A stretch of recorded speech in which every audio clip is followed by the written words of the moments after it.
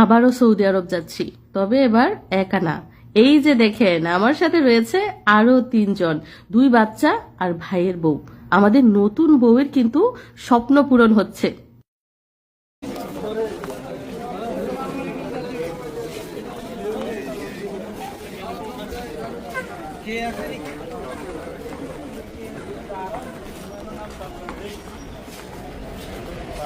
এই যে সৌদি আরবে ঢুকেই ট্যাক্সি আর ট্যাক্সি সামনে।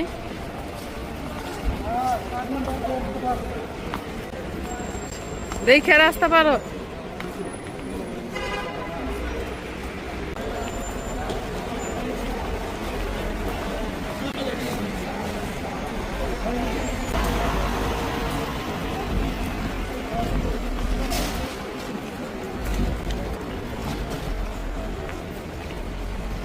তো এবার যেহেতু আমরা লোক সংখ্যা বেশি, মালামাল বেশি, তো বড় গাড়ি আনা হয়েছে আমাদেরকে নেয়ার জন্য।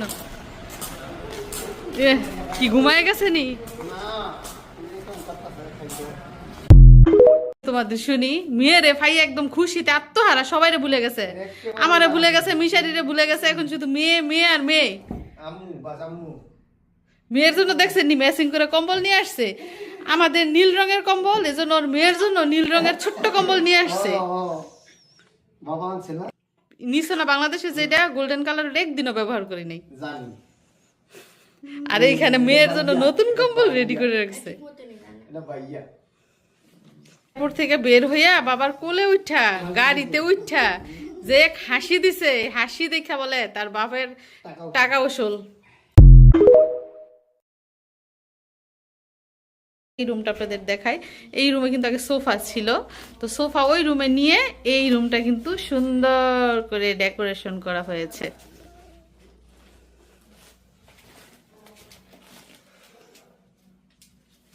এই রুমটা হচ্ছে মিথিলার সুজনের।